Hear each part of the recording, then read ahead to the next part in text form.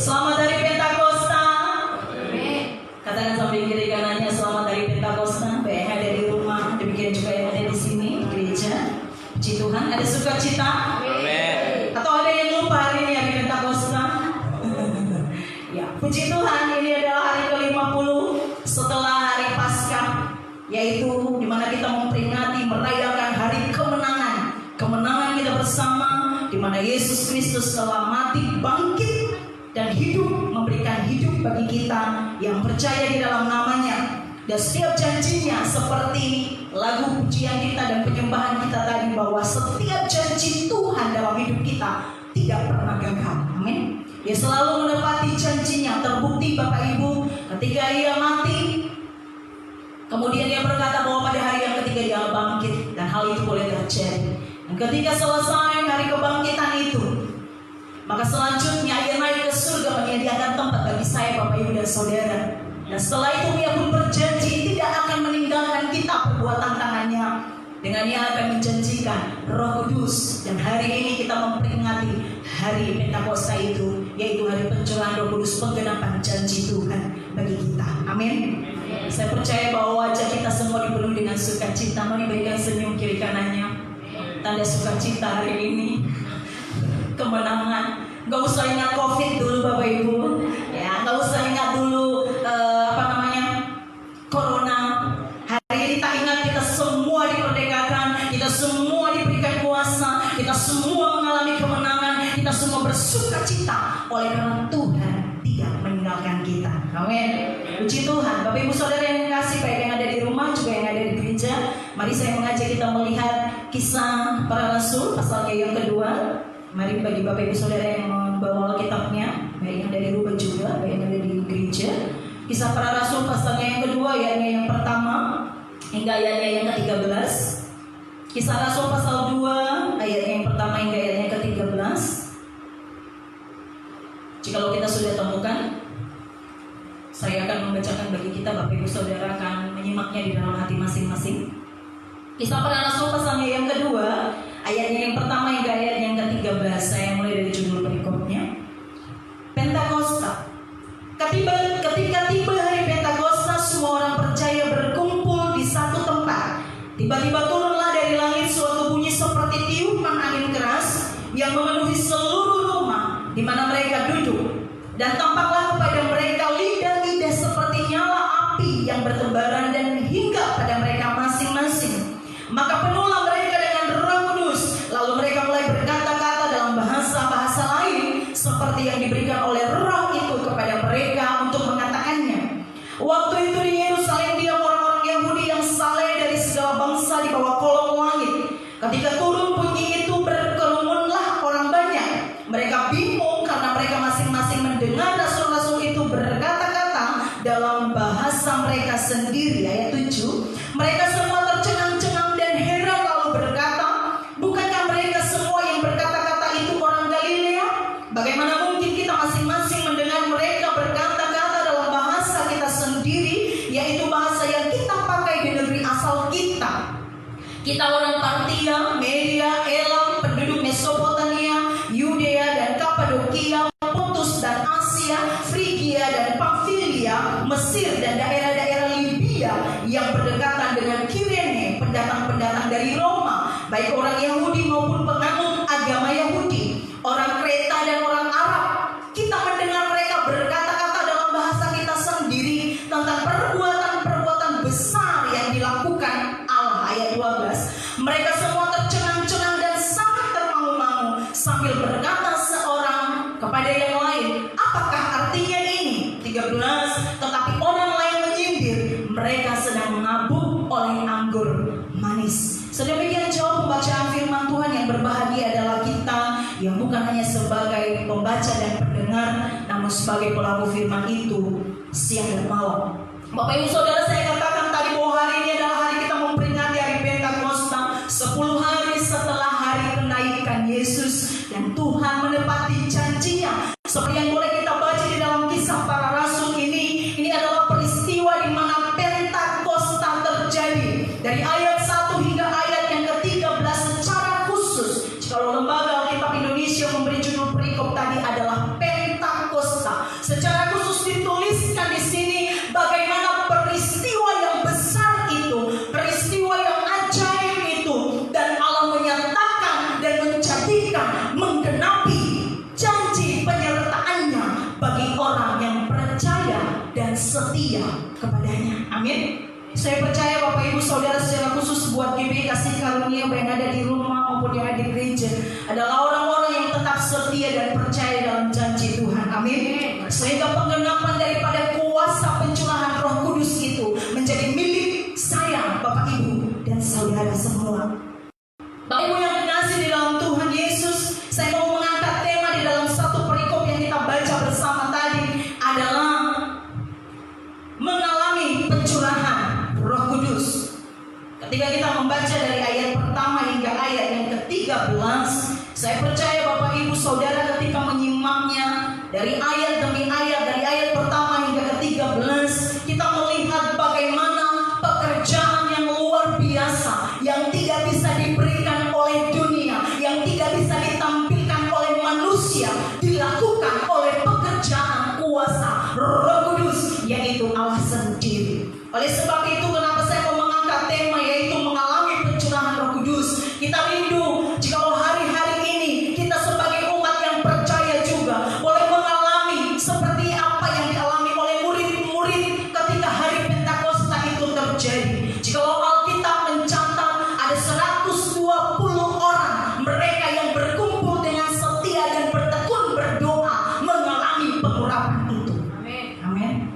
Ada 120 orang di dalam Kisah Para Rasul pasal 1 itu jelas dikatakan di ayat yang ke-14, mereka semua bertekun dengan sehati dan berdoa bersama-sama dengan perempuan Samaria serta Maria ibu Yesus dan dengan saudara-saudara Yesus.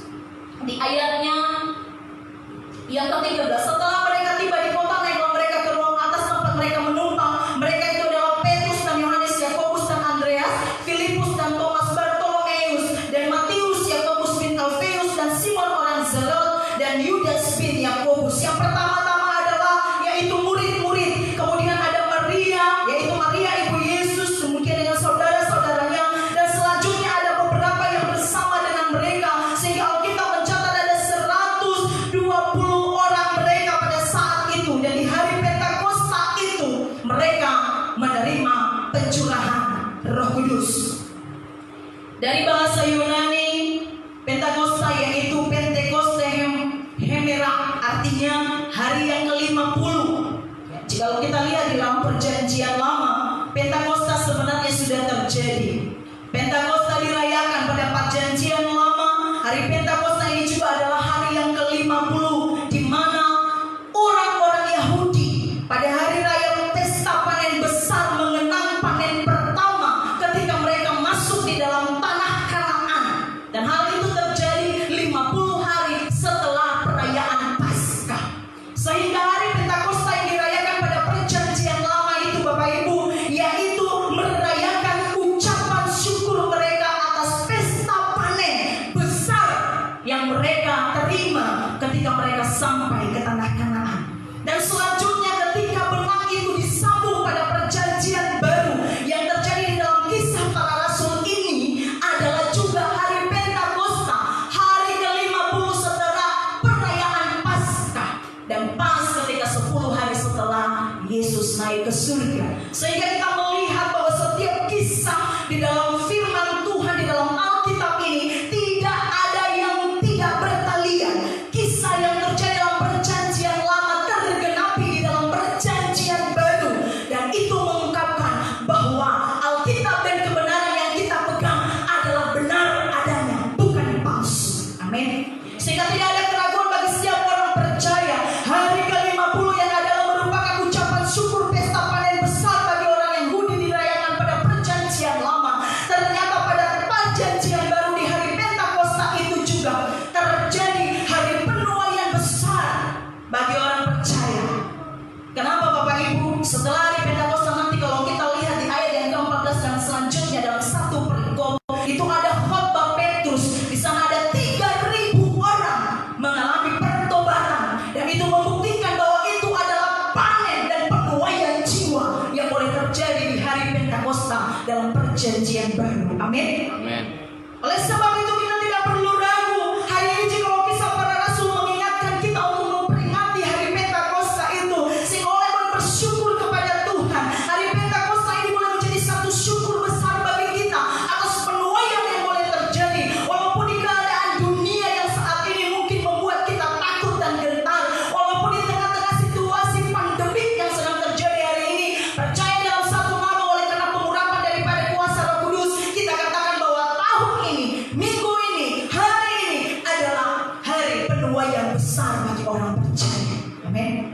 Bukan merupakan hari pandemi, bukan hari yang kelam, tetapi kita percaya oleh karena kuasa Roh Kudus yang dijanjikan tergenapi itu, maka kita mengalami sukacita dan syukur kepada Tuhan.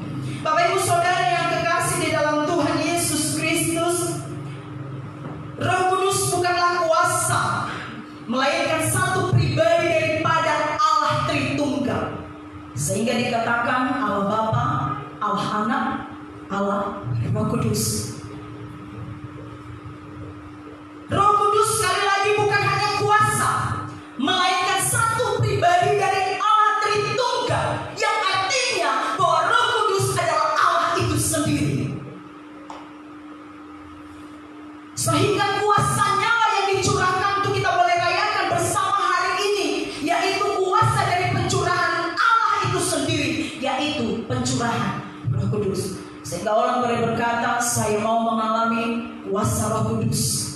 Kuasa Roh Kudus boleh dialami oleh seseorang apabila ia sudah memiliki sumber kuasa itu. Sekali lagi Bapak Ibu, kuasa Roh Kudus bersumber dari sang pemberi sumber itu, yaitu Allah sendiri, yaitu Allah Roh Kudus. Amin. Sehingga ketika orang berkata saya mau menerima pengurapan Roh Kudus tanpa engkau punya Tuhan dalam hidupmu, maka percaya bahwa kuasa yang kau impikan itu tidak akan terwujud dan terjadi. Karena apa? Kau tidak punya Allah. Ketika orang punya Allah dan mengakui bahwa Allah itu adalah Allah Bapa, Anak dan Roh Kudus yang kita kenal adalah satu di dalam ketritunggalan itu, maka kita percaya bahwa saat itu kuasanya pun akan tetap berlaku bagi kita, dahulu, sekarang, sampai selama-lamanya. Banyak orang Kristen hanya meminta saya mau menerima kuasa Roh Kudus tanpa mengerti pentingnya bagaimana pribadi Roh Kudus dia punya, bagaimana pentingnya dia mengalami pembaharuan di dalam kuasa Roh itu sendiri. Bapak Ibu Saudara, syarat untuk kita boleh mengalami pencurahan Roh Kudus yaitu bertobat, menerima Yesus sebagai Tuhan dan Juru Selamat secara pribadi. Maka saat itu Roh Kudus mendiami hidup kita. Tetapi tidak hanya berhenti sampai di situ. Seperti di dalam tema yang saya sampaikan tadi, mengalami pencurahan Roh Kudus seperti yang murid-murid alami di hari Pentakosta. Saya baca ayat 2. Tiba-tiba turunlah dari langit suatu bunyi seperti tiupan angin keras yang memenuhi seluruh rumah di mana mereka duduk. Ayatnya yang ketiga, ayatnya yang keempat, maka penuhlah mereka dengan Roh Kudus, lalu mereka mulai berkata-kata dalam bahasa lain seperti yang diberikan oleh Roh itu kepada mereka untuk mengatakannya. Murid-murid dan orang percaya yang berjumlah 120 orang pada saat itu yang tetap setia, bertekun dan berdoa menantikan pencurahan Roh Kudus selama 10 hari lamanya. Mereka boleh menerima kuasa daripada Roh Kudus seperti yang kita baca bersama dalam Kisah Para Rasul ini, sama seperti apa yang dialami oleh murid-murid pada nats ini. Ada beberapa hal yang dialami oleh murid-murid di ayat 2 dan 3 dengan jelas ketika saya baca tadi. Poin pertama adalah murid-murid menerima penggenapan janji Bapa. Amin. Tangan samping kiri kanannya, menerima penggenapan janji Bapa. Menerima penggenapan janji Bapa. Kita boleh bertanya, apa itu janji Bapa? Janji Bapa yaitu mereka dibaptis dalam kehidupan baru. Ketika pencurahan Roh itu terjadi pada murid-murid, maka disitulah mereka menerima baptisan Roh Kudus. Amin. Ketika orang menerima Tuhan sebagai Tuhan dan Juru Selamat secara pribadi, pada saat itu kuasa Roh Kudus bekerja dalam dirinya. Saya tahu Bapak Ibu Saudara, bagi kita semua yang sudah percaya, ketika kita terima Yesus, kami mengizinkan kuasa Roh Kudus memimpin dan mengambil alih kepemimpinan dalam hidup kita. Dan saat itu kuasa Roh Kudus bekerja. Tidak hanya sebatas itu, kita harus mengalami pencurahannya, yaitu menerima baptisan Roh Kudus, sama seperti yang dialami oleh murid-murid. Mereka mengalami pengurapan yang baru, seperti pujian tadi. Minyak baru tercurah, penuhi umatnya dengan sukacita. Makanya Bapak Ibu, kalau orang yang sudah terima kuasa Roh Kudus dan mengalami pencurahan Roh Kudus dan sudah dibaptis dalam kuasa Roh Kudus, jarang yang suka cemberut. Amin. Setelahnya tersenyum. Amin. Senyumnya nggak mahal-mahal, sukacitanya nggak mahal-mahal, suka dikasih, suka diberi, suka jadi berkat. Jadi kalau orang punya minyak baru tercurah, penuhi rumahnya dengan sukacita.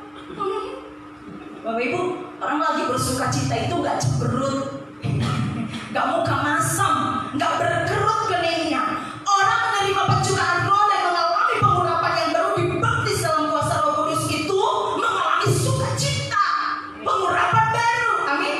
Selanjutnya nyanyinya apa? Urapi umatnya dengan kuasanya. Urapan yang mengurap kita dalam minyak yang baru daripada kuasa roh itu sendiri. Sekali lagi Bapak Ibu Saudara, orang yang mengalami baptisan Roh Kudus tenggelam di dalam dan dipenuhi oleh Roh Kudus, ya, tenggelam dipenuhi oleh Roh Kudus, sehingga tidak ada, sekali lagi tidak ada duka cita terus yang terjadi dalam hidupnya. Yang ada adalah syukur. Ada syukur sedoto, dia akan selalu tersenyum. Jadi kalau ada nama orang bersyukur namun dia tidak bisa bersyukur dan bersuka cita, maka perlu kita ganti namanya. Tenggelam di dalam pengurapan Roh Kudus, artinya bahwa Roh Kudus yang mengendalikan seluruh hidup kita. Dan ini yang dialami oleh murid-murid. Sekali lagi, tiba-tiba turun dari langit suatu bunyi seperti tiupan angin keras yang memenuhi seluruh rumah di mana mereka duduk, dan tampaklah kepada mereka lidah-lidah seperti nyala api yang bertebaran dan hingga pada mereka masing-masing. Amin. Artinya satu persatu, enggak hanya sekelompok, pribadi, hingga bagi kita pribadi, lepas pribadi. Itu yang dialami oleh murid-murid. Demikian halnya ketika kita ingin menerima baptisan Roh Kudus, syaratnya adalah ketika Anda tekun berdoa, bersehati seperti yang murid-murid sudah lakukan, maka penggenapan baru ialah kuasa Roh Kudus yang akan membaptis kita dan menenggelamkan kita di dalam kuasanya. Itu akan mampu membuat kita sanggup menghadapi ancaman apapun yang terjadi dalam hidup kita. Amin. Sekali lagi Bapak Ibu Saudara, sebelum murid-murid menerima pencurahan ini, mengalami lidah-lidah seperti nyala api yang hingga pada mereka masing-masing, syarat mereka boleh terima itu 10 hari dengan bersama-sama. Di ayat 14 pada pasal 1 itu, mereka berdoa bersama-sama dengan beberapa perempuan. Mereka sehati. Amin. Tanpa doa dan kesehatian, pencurahan Roh Kudus itu tidak akan terjadi. Baik di tengah keluarga, baik di tengah gereja, baik di mana saja kita ada, tanpa doa, tanpa persekutuan, tanpa kesetiaan kita, maka kita tidak akan bisa berkata bahwa saya akan dibaptis oleh kuasa Roh Kudus. Sehingga orang bertanya-tanya, bagaimana sih dibaptis oleh Roh Kudus? Benar enggak? Fakta enggak? Bisa enggak terjadi? Bisa. Ketika orang sekali lagi mereka bertekun dan bersehati. Tanpa ketekunan dan kesehatian, sekali lagi harapan kita untuk menerima pencurahan roh itu tidak akan terjadi. Maka sering di tengah keluarga tanpa doa dan ketekunan, tanpa kesehatian, maka apa yang kita inginkan untuk menghadapi setiap persoalan yang terjadi dalam hidup kita tidak akan mampu selesaikan. Karena apa? Roh Kudus tidak bisa bekerja.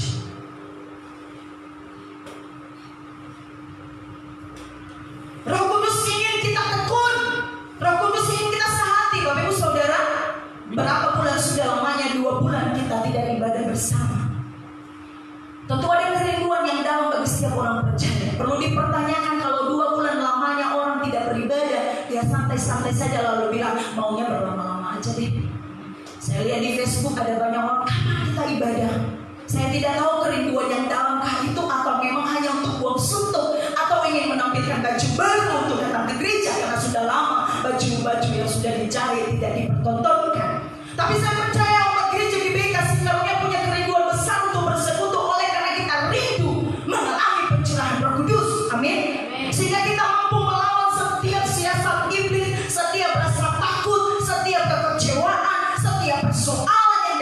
hidup kita dan himpitan yang ada terjadi bagi kita. Bapak Ibu Saudara tahu saudara, hari Pentakosta yang dialami oleh murid-murid saat itu membuat mereka keluar dari rasa takut mereka, keluar dari persembunyian rasa takut mereka akan peristiwa yang dialami oleh Yesus. Dan hari Pentakosta itu merupakan hari sejarah di mana gereja bisa terjadi. Setelah pencurahan Roh Kudus, gereja lahir. Kalau kita baca nanti setelah khotbah Petrus, kemudian di pasal selanjutnya nanti terjadi hal-hal yang dimana ada cara hidup jemaat yang pertama di ayat yang ke-41. Itu menandakan bahwa setelah pencurahan Roh Kudus lahirlah gereja.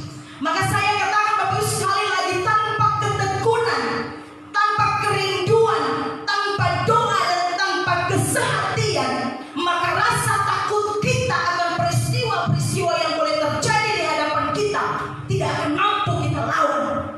Maka orang boleh berkata, oh tingkat corona semakin naik kok.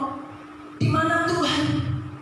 Oh saya takut berkumpul datang ke gereja, takutnya ketularan virus lalu saya mati.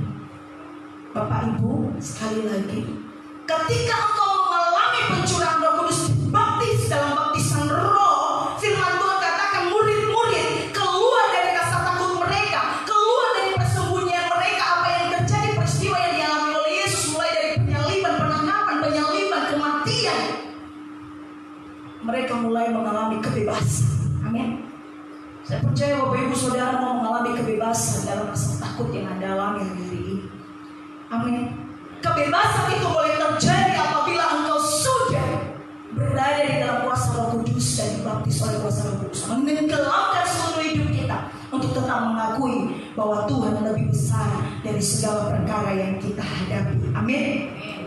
Jika ada kesetiaan di situ, Tuhan akan curahkan berkat-Nya. Jikalau ada ketekunan di situ, Tuhan curahkan berkat-Nya. Jikalau ada doa dan kesehatan di situ, Tuhan curahkan berkat-Nya. Curahkan berkat apa? Berkat sukacita, berkat pemeliharaan, berkat damai sejahtera, berkat pemulihan dari setiap sakit penyakit kita. Siapa yang mengerjakannya? Roh yang ada di dalam hidup kita. Amin. Ini yang dirasakan oleh murid-murid. Sekali lagi ayat 3, dan tampaklah kepada mereka lidah-lidah seperti nyala api yang bertebaran dan hingga pada mereka masing-masing. Bapak Ibu Saudara, saya tidak tahu seberapa rindunya kita mengalami hal yang sama, dihinggapi, mengalami hal yang dialami oleh orang-orang ini. Saya tidak tahu seberapa dalamnya kerinduan kita itu, atau hanyakah berkata, ya itu kan dulu terjadi kepada murid-murid. Perlukah saya rasakan? Jawabannya perlu dan penting.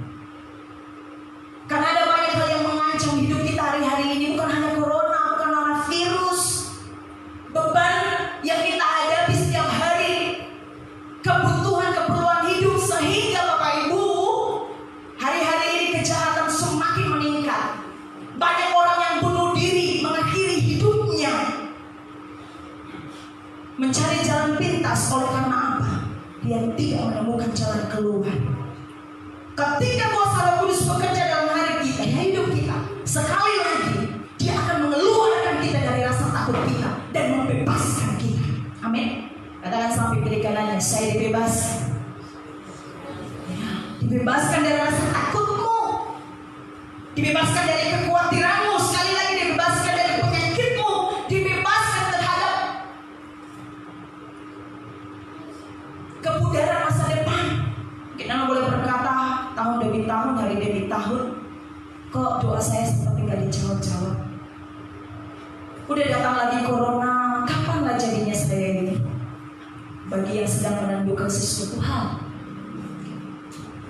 katanya gak boleh kerumunan, jadi ditunda dulu, dipending. Anda boleh bertanya, benarkah Tuhan ada dalam setiap doa saya bertahun-tahun lamanya? Dan kapankah corona ini berhenti sehingga tingkat orang yang terpositif kena virus corona semakin naik? Lalu kita berkata, sampai kapankah aku harus menunggu? sehingga banyak orang yang mengakhiri hidupnya dan mencari jalan pintas. Hari ini Tuhan katakan, ketika engkau mengalami pencurahan roh, dibaptis dalam kuasa roh, maka engkau akan dibebaskan dari rasa cemas dan ketakutanmu. Engkau akan sanggup menghadapi apapun. Hari ini, di hari Pentakosta ini, mari bersama-sama punya kerinduan supaya roh itu juga menghinggapi kita pribadi lepas pribadi, tidak kelompok. Sekali lagi Bapak Ibu, mereka berkelompok memang ketika berdoa selama 10 malam itu, tetapi pencurahan roh itu terjadi pribadi lepas pribadi. Amin. Berarti kerinduan masing-masing, bukan kelompok. Mereka boleh sepakat sama seperti kita gereja, ketika mereka boleh bersatu, boleh berdoa bersama, boleh bernyanyi bersama, menyembah bersama, tetapi pencurahan roh itu tidak bersama, tetapi pribadi. Amin. Tapan sama kira-kiranya pribadi loh. Iya, mau suami istri, mau anak-anak pribadi loh. Iya, kita boleh bersama-sama menyembah haleluya bersama dengan bahasa yang sama mungkin, tetapi untuk menerima itu pribadi khusus, tergantung kerinduan kita. Bapak Ibu Saudara, 120 orang sudah diuji dalam 10 hari berlalu. Kenapa tidak lebih, tidak kurang? Karena hanya itu yang punya kerinduan, sehingga itu diberikan satu persatu bagi mereka. Dan hal itu mulai terjadi dan dialami oleh murid-murid. Hari ini saya rindu Bapak Ibu Saudara, baik yang ada di rumah, yang ada di gereja, memiliki kerinduan yang dalam sehingga Roh Kudus juga menghinggapi kita satu persatu. Selanjutnya Bapak Ibu yang dikasihi oleh Tuhan Yesus, hal yang kedua yang dialami oleh murid-murid, kita lihat di ayat yang ke-7 sampai ayatnya yang ke-11. Saya tidak bisa bacakan semua, tetapi saya mau rangkum hal kedua ini adalah murid-murid diberikan tanda dari baptisan roh itu. Yang pertama tadi murid-murid mengalami baptisan roh. Yang kedua, murid-murid diberi tanda dari baptisan roh itu sendiri, yaitu terjadi glosolalia. Glosolalia berarti berbicara dalam bahasa-bahasa lain. Sekali lagi Bapak Ibu, glosolalia artinya berbicara dalam bahasa-bahasa lain, banyak bahasa. Sering kita artikan adalah berbicara dalam bahasa roh. Tetapi apakah orang yang bisa berbicara dengan bahasa roh sudah bisa kita pastikan dia orang yang betul-betul sudah mengalami baptisan roh? Amin. Ketika orang mengerti apa yang kita ungkapkan, maaf Bapak Ibu, tidak berbicara soal bahasa roh yang kita pakai setiap waktu ketika kita menyembah. Ketika orang mengerti apa yang kita ungkapkan dan menjadi berkat bagi orang, maka itu adalah bahasa roh yang sesungguhnya. Amin. Ketika saya belum pernah mengalami bahasa roh, saya katakan, gak percaya deh. Hadiah mana bahasa roh, tapi tulen hadi lolo-lolo. Bahasa roh tidak dipelajari Bapak Ibu ya. Amin. Lihat apa yang terjadi di kisah para rasul ini, ayat 7. Mereka semua tercengang-cengang dan heran lalu berkata, bukankah mereka semua yang berkata-kata itu orang Galilea? Ayat 8. Bagaimana mungkin kita masing-masing mendengar mereka berkata kita dalam bahasa kita sendiri, artinya dimengerti orang. Jadi sungguh tidak mungkin kalau orang bisa berbicara bahasa roh, di sisi lain dia bisa memaki. Amin. Sungguh tidak mungkin kalau orang bisa berbahasa lidah, berbahasa roh, tetapi hari-hari dia mengutuk. Dia suka mengutuk, dia suka mengguncingkan orang.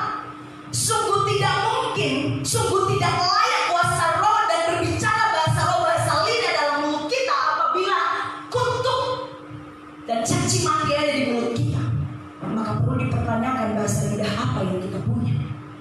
Amin. Perbendaharaan orang yang dihinggapi oleh kuasa roh adalah betul-betul kudus dan dari roh, sehingga orang terberkati. Itu artinya tidak berbicara soal dia bisa berbahasa roh selama 2 jam secara benar-benar. Bukan berbicara soal itu, tetapi adakah bahasa yang diungkapkan itu bisa menjadi berkat bagi orang lain? Apakah dengan pengungkapan dan melakukan hal itu dengan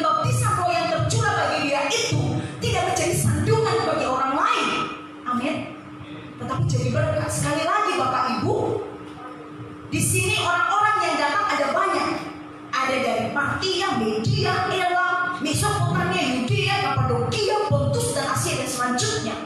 Mereka bisa mengerti bahasa yang diungkapkan orang-orang yang sudah dihinggapi oleh kuasa roh ini. Ketika mereka berbahasa lidah, glosolalia tadi, orang-orang banyak yang datang. Karena pada saat itu sekali lagi peristiwa ini terjadi pada hari Pentakosta, 50 hari ke-50.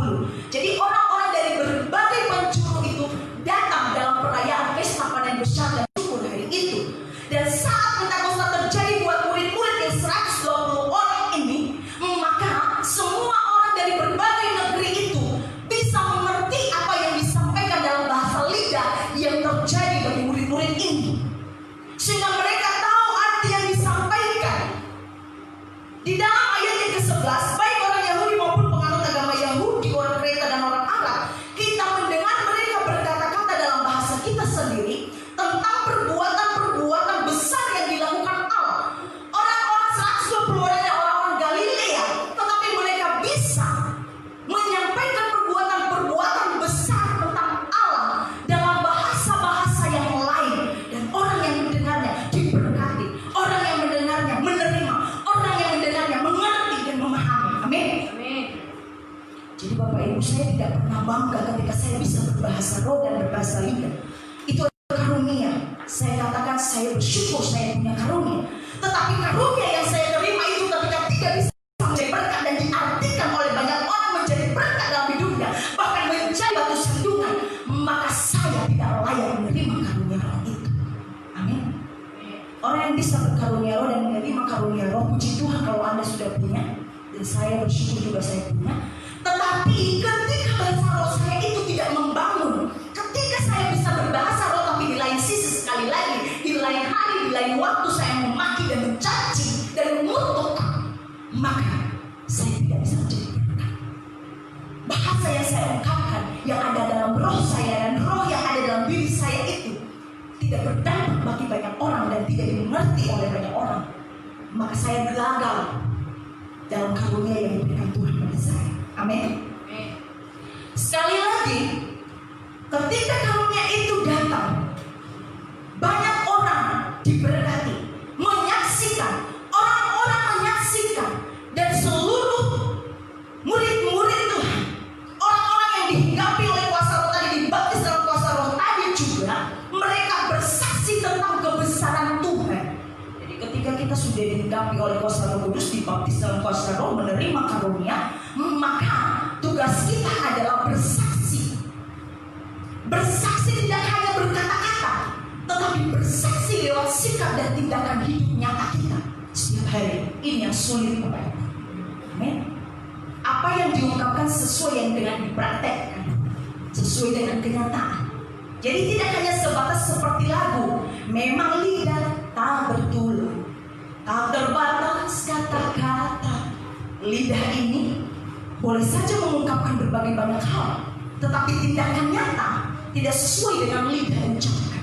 Hari ini Yesus mau katakan ketika kau mau mengalami dan rindu mengalami pembaptisan roh dan mengalami karunia yang daripada Tuhan lewat apa yang Tuhan anugerahkan bagi kita dengan kerinduan kita, maka tugas kita ketika sudah menerimanya adalah mampu bersaksi tentang kebesaran Tuhan. Amin. Tidak bersaksi untuk diri sendiri dan tidak menyaksikan diri sendiri, sehingga ada setiap doa hamba Tuhan, jangan biarkan kami mencuri kemuliaan-Mu.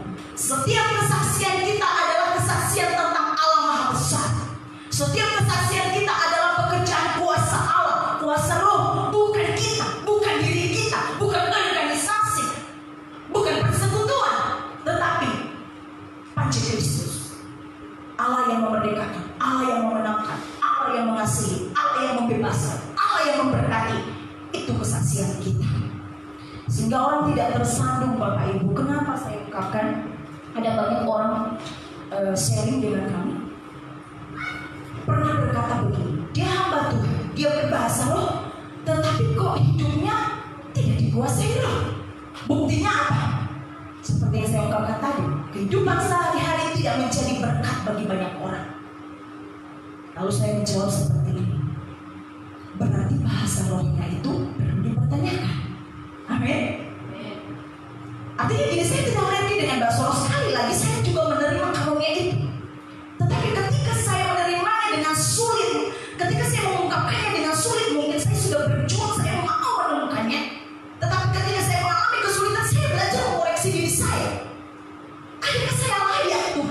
mengungkapkannya. Sehingga tidak disebutkan kasar kata-kata yang keluar dari mulut saya. Harus hati-hati Bapak Ibu.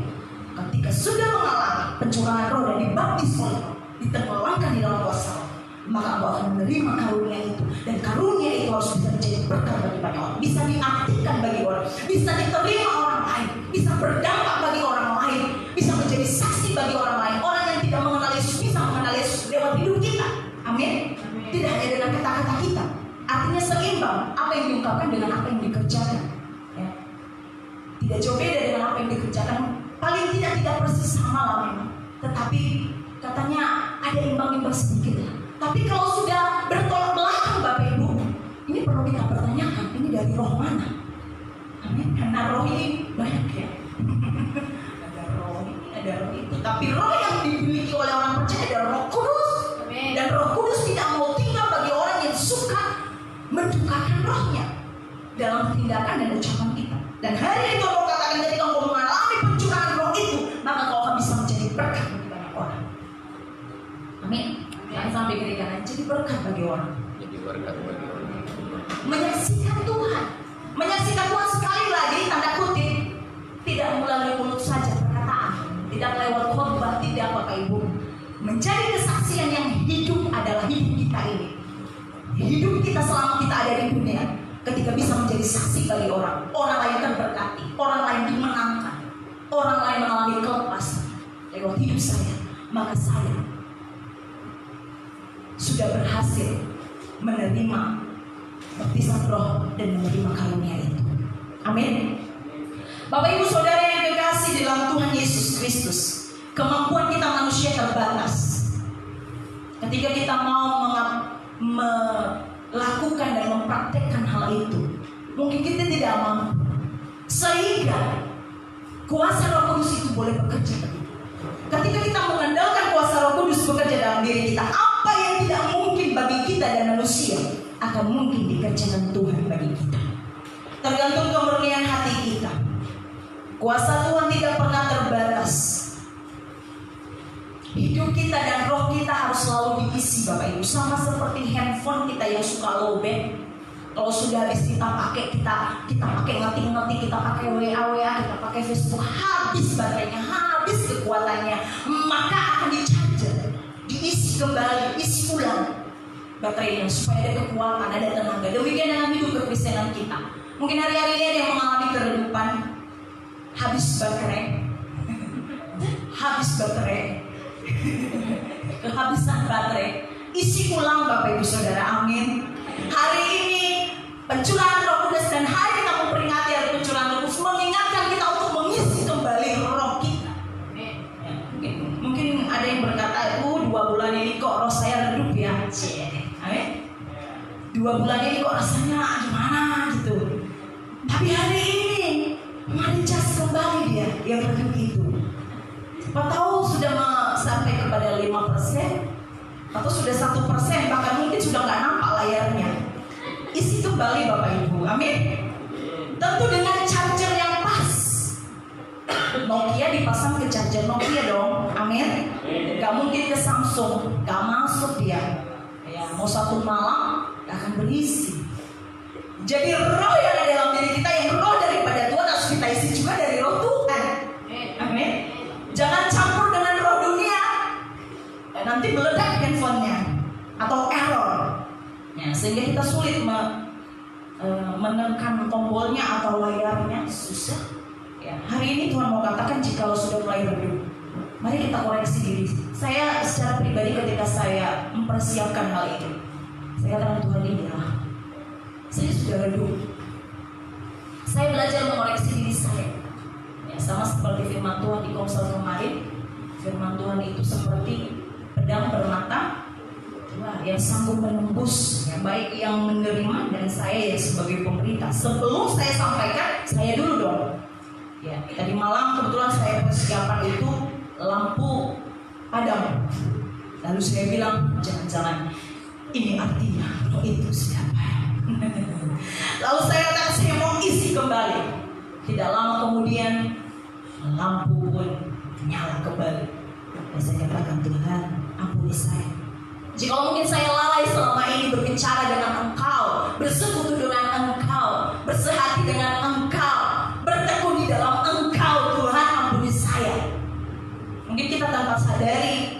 dengan berbagai kesibukan kita dan segala macamnya, dengan berbagai tantangan yang sedang kita hadapi, roh yang ada dalam diri kita padam. Hari ini Tuhan mau katakan, isi kembali.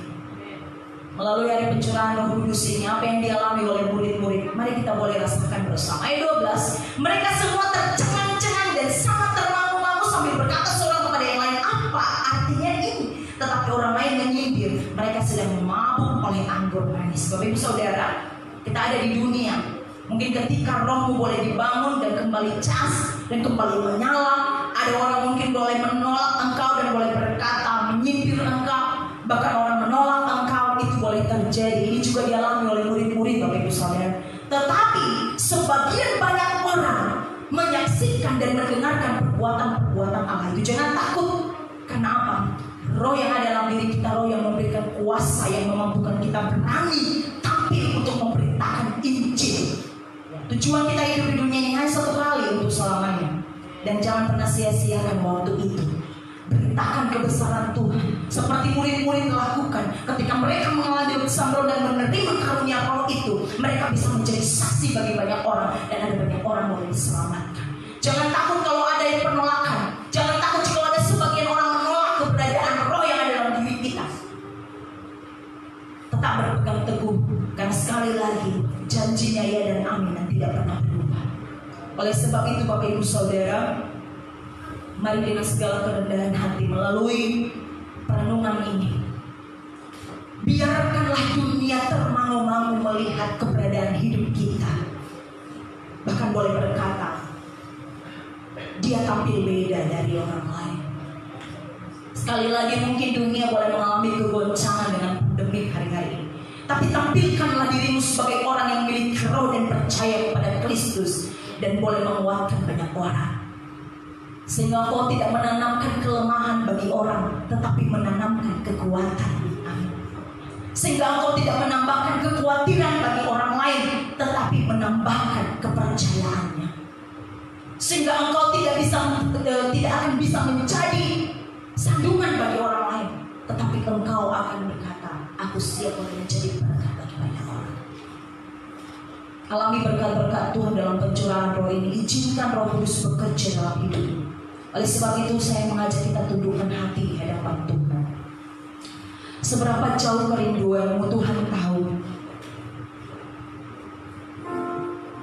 Atau seberapa jauh engkau sudah hidup dan merasakan bagaimana kuasa Roh Kudus membebat seluruh hidupmu dan menenggelamkan engkau di dalam kuasa Roh-Nya yang